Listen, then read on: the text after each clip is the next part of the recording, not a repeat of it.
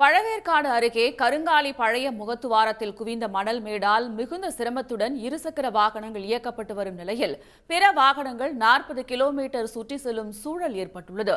இதுபற்றிய மேலும் விவரங்களை தருகிறார் நமது செய்தியாளர் ஸ்ரீதர். முழு விவரங்களை சொல்லலாம்.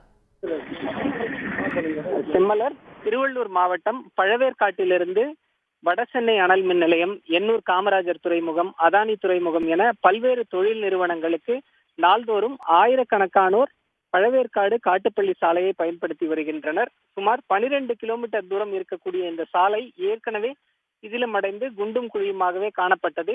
குறிப்பாக இந்த சாலையில் கருங்காலி என்ற பகுதியில் பழைய முகத்துவாரம் இயங்கி வந்தது. இந்த முகத்துவாரம் பகுதியில் அவ்வப்போது கடல் அலை ஆர்ப்பரித்துக் கொண்டு மணலை கொண்டு வந்து சாலையில் விடுவது வழக்கமாக இருந்தது.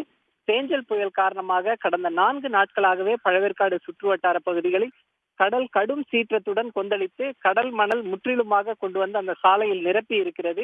சுமார் 500 மீட்டர் தூரத்திற்கு இந்த சாலையில் 5 அடி உயரத்திற்கு கடல் மணல் குவிந்திருக்கிறது. ஏற்கனவே இந்த சாலையில் கடல் மணல் குவிந்திருந்த நிலையில் சேஞ்சல் புயல் காரணமாக மேலும் மணலானது இந்த சாலையில் குவிந்திருப்பதால் வாகன ஓட்டிகள் கடும் சிரமத்தை சந்தித்து வருகிறார்கள்.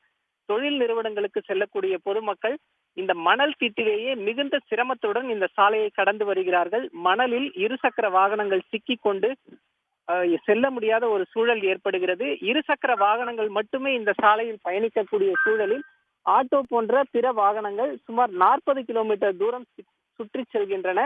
உடனடியாக இந்த பகுதியில் சாலையில் தேங்கி இருக்கக்கூடிய மணல் திட்டுக்களை அப்புறப்படுத்தி போக்குவரத்து தடைபடாமல் இருக்க அரசு உரிய நடவடிக்கை எடுக்க வேண்டும் என வாகன ஓட்டிகள் கோரிக்கை வைக்கின்றனர். கருங்காலி பழைய முகத்துவாரம் பகுதியில் மேம்பாலம் கட்டித்தர வேண்டும் என்ற ஒரு கோரிக்கை பல ஆண்டுகளாக கிடப்பில் இருப்பதாகவும் அதனையும் உடனடியாக இந்த அரசு செய்து தர வேண்டும் என்பது பழவேற்காட்டிலிருந்து காட்டுப்பள்ளிக்கு தினந்தோறும் செல்லக்கூடிய பொதுமக்களின் உடனுக்குடன் செய்திகளை தெரிந்து கொள்ள சன் நியூஸ் பெல் ஐகானை கிளிக் பண்ணுங்க.